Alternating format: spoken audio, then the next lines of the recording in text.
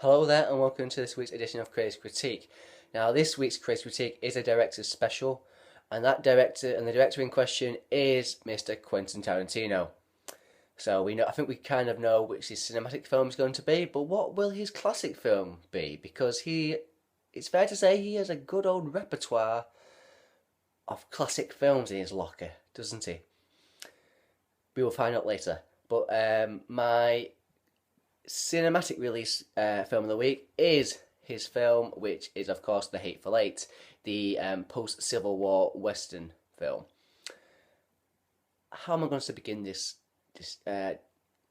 review? Well, I will start out with the premise. We initially are introduced to probably three main characters, really, in the form of Samuel Jackson, who is a bounty hunter, and also another bounty hunter played by Kurt Russell, who's transporting one of his bounties, alive, it must be said, in the shape of Jennifer Jason Leigh. What her crime is not fully revealed until later in the film, so I won't spoil it, but all you need to know is she's a nefarious character. And then it's about them effectively having to shack up effectively at a haberdashery, where haberdashery, is that right? I don't think it is right, is it? For a few nights because the weather is absolutely atrocious, and therefore them staying in this location with possible other nefarious characters also who they are not too familiar with, and maybe just after their bounties. But can they even trust each other, Samuel Jackson and Kurt Russell? It's that sort of film, it really is. And we all know with a Tarantino film that we're going to be getting some rather excessive violence, some rather that's the best way of putting it. I would say difficult language, but it's not. Extreme profanity, discussions of a questionably moral nature, and politically correct nature probably is the right way of putting it actually there. But it's all done in this with those characters in mind. That is what those characters are. Like, it is not advocating that sort of those sort of views. It's placing it there in the form of those characters and going, isn't that interesting? So we also have characters played by, in the case, as they are on their way to this shop to shack up. A character played by Walter Goggins. Is it Walton Goggins? I always say Walter, but it's Walton, isn't it? Walton Goggins, and he claims to be the new sheriff of the town where Kurt Russell was taking Jennifer Jason Leigh to be hung. So, but he does not believe this for a second, because this Walton Goggins character is has quite a violent reputation in the past, and other. I keep wearing nefarious. I love the word nefarious. Has done nefarious things, so he just can't believe that. He thinks he's telling him a lie in order to get into their little group, and then possibly, maybe steal the bounty for her, which is an extreme amount. I will go into my positives first of all. Oh no, sorry, I was doing the characters one side. I will continue doing the characters. So some of the other people with features in the place where they shack up are characters played by Tim Roth, who plays a British man who is apparently supposed to be the hangman. Another coincidence that you might find of this town, new hangman, and Michael Madsen, and who is just appears to be somebody who's just passing through, and Bruce Dern, who is like an ex-Civil War general, who just appears to be there because he is. He's part of the furniture in a way. So yeah, there you can. Oh no, Damien Bichir also plays a Mexican helper at this location as well. But is he actually meant to be there? That's also another. See, it is one of those sorts of films. But there are your main players really. There's also an appearance by Channing Tatum, which I will not go into regarding his character because it's a bit of a spoiler. Although me saying that now, has that made it annoying for somebody who hasn't seen it by saying it's a spoiler? It's appearance. Sorry, sorry about that. But that's your principal cast. Really, Samuel Jackson is the lead. He's in co-op with Kurt Russell, but I say Samuel Jackson gets the most screen time. And probably gets the best dialogue without a doubt. Now, we all know Tarantino films that his dialogue is fascinating to listen to and entertaining on many levels. And it's not any different here, other than the fact that his dialogue is stretched a bit further. And the fact that it is stretched a bit further, and the reason, for those who don't know, is this film is effectively 2 hours 50 minutes. That, therefore, making it his longest ever film. He knows how to do a long film. It's not like he can't make it work. I just felt, because of the one location, and I don't know, I'm struggling because I really did enjoy certain aspects of the dialogue, but there was certain bits of it where it just lulled a bit. And I don't mean it's terrible. It's not bad dialogue by any means of the section. Imagine. Problem is, we're expecting the brilliantness from Tarantino at every single scene, which I'll go into in my classic film later on. And because we're expecting that sort of thing from him, when he doesn't quite deliver to the absolutely most brilliant level, it becomes a bit of a, not disappointment, but it's alright. And it's like, okay. So the film, because of its length, and I'm not somebody who is put off by long films by any stretch of the imagination, it is very engaging at the beginning, and it's very engaging at the end. There's little bits in the middle that are quite good, but it does lag a little bit. But then I would say, like, probably meanders is probably a better way of putting it. Because it meanders, it sort of just goes off and sort of other things, and maybe loses a bit of its focus. Maybe that's the best way of putting it. But then it suddenly will grab you right back in with that Tarantino brilliantness, and accompanied with that Tarantino brilliance is Samuel Jackson being on true top form. He's highly entertaining, and like I said before, the best dialogue is written for him. He has the best dialogue without a doubt. And I enjoy Kurt Russell as an actor. He could have had a bit more to his dialogue and for his character maybe, but he's certainly entertaining. Jennifer Jason Leigh is just a performance, isn't it? It's just, what the hell? It's a fabulous performance, because it takes something to produce that sort of character without making it, well, same without making it tacky. She makes it humorous and wonderful and interesting to watch. Just little things that she just does with her, it's reactions on her face, because she doesn't have she doesn't have a whole lot of dialogue. What she does have is interesting, but it's all about her actual facial movements and facial expression. Sorry, is probably the best way of putting it. So the cast are doing great. Walton Goggins has some really, really funny moments. Tim Roth's British accent might be a bit too much. I'm not sure. I'm undecided. It's great to see Michael Madsen back in the game, to be honest, because nobody knows him better than Tarantino. Bruce Dern has his moments.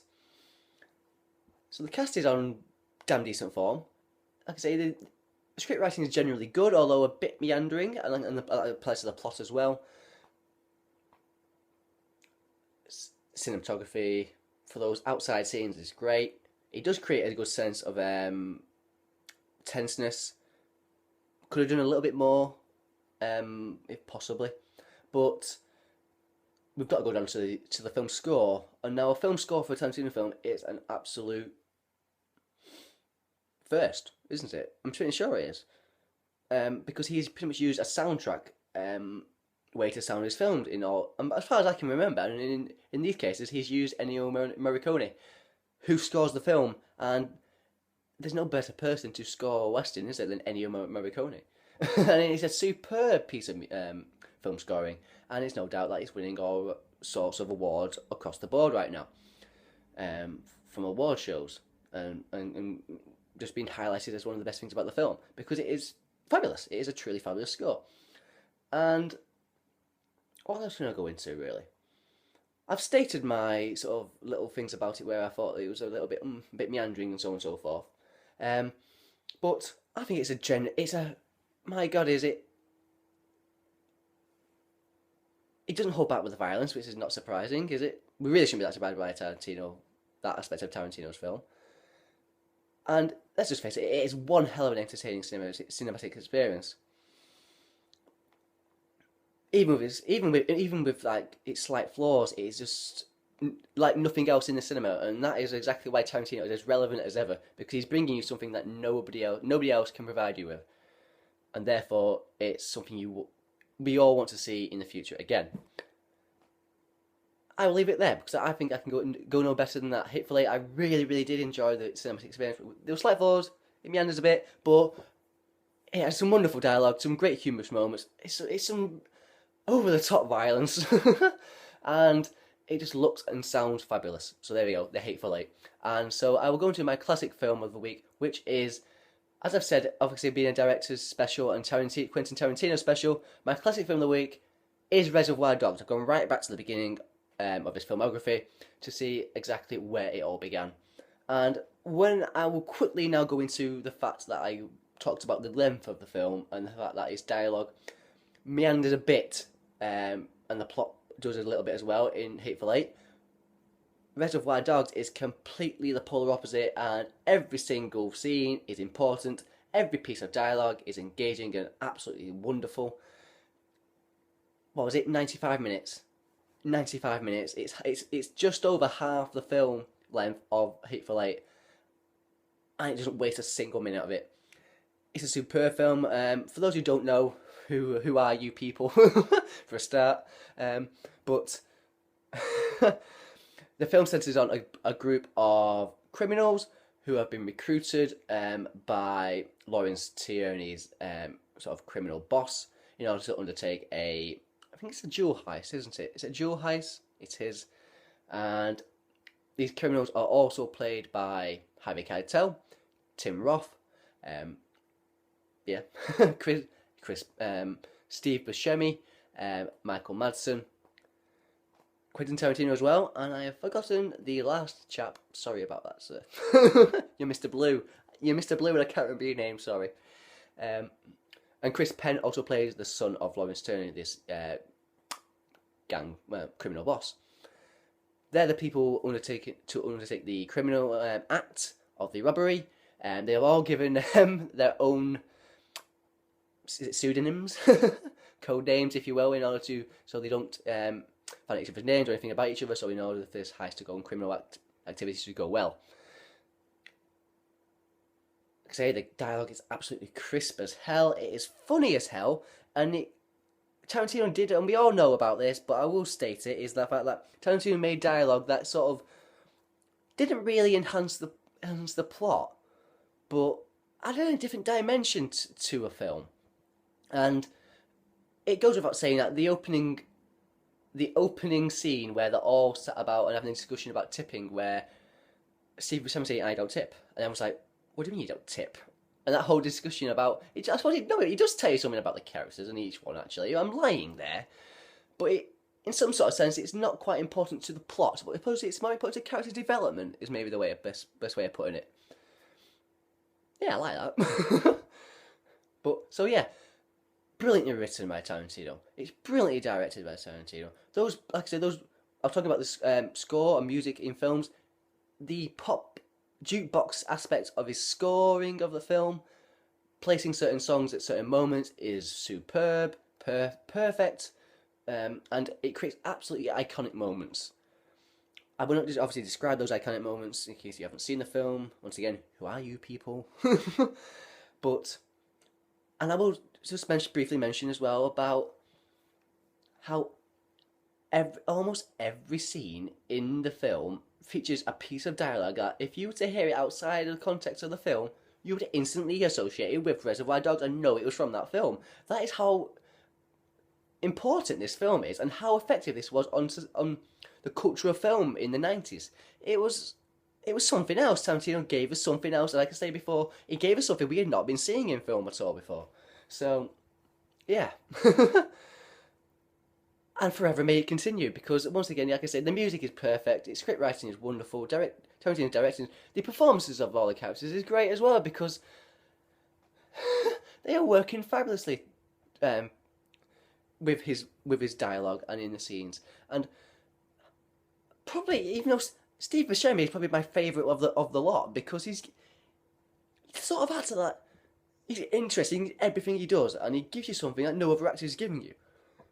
But Chris Penn, Tim Roth, Harvey Keitel, Lawrence Tierney, Michael Madsen, they're all giving you different characters that are believable and fully engaging. And my God, the final scene in the film is incredible, isn't it? I mean, well, say the final scene, the whole film is incredible, but it's something else to weave that sort of aspect, those sort of stories. Obviously, in Tarantino also known for a lot of sort of, I didn't actually mention it about Hateful, but he does the sort of thing where obviously he'll start the film and then say this happened before and give us a bit of backstory to each character. In this case, it's giving us backstory to particular members of the criminal gang undertaking the heist. And obviously, as the story goes on, particular characters have their backstory told as that reveals something about them and important to the plot.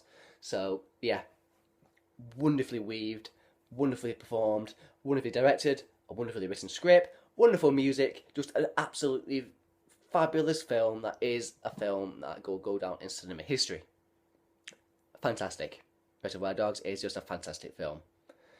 And I must have been in the right mood for this film because I tell not a lie, just as I'm about to do my review, I have my iPod playing and what would appear just as I'm about to I'll close my door, put my Do Not Disturb sign on so I can do a video, and what pops up on my iPod, Stealers Wheel, stuck in the middle with you. I tell not a lie. It happened and it occurred, and yeah, it was brilliant. So there we go. This was my Quentin Tarantino director's special. I hope you enjoyed it. I hope you subscribe to me, and I do hope to see and speak to you again very soon. Thank you again for watching, and goodbye.